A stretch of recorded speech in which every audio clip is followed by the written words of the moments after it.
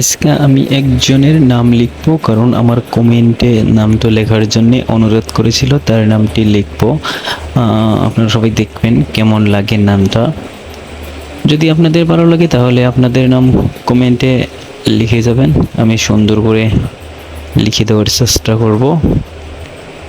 আর আমরা নামটা লিখতে লিখতে একটা গজল শুনে নিই, আমি নিজে গাওয়া একটি গজল।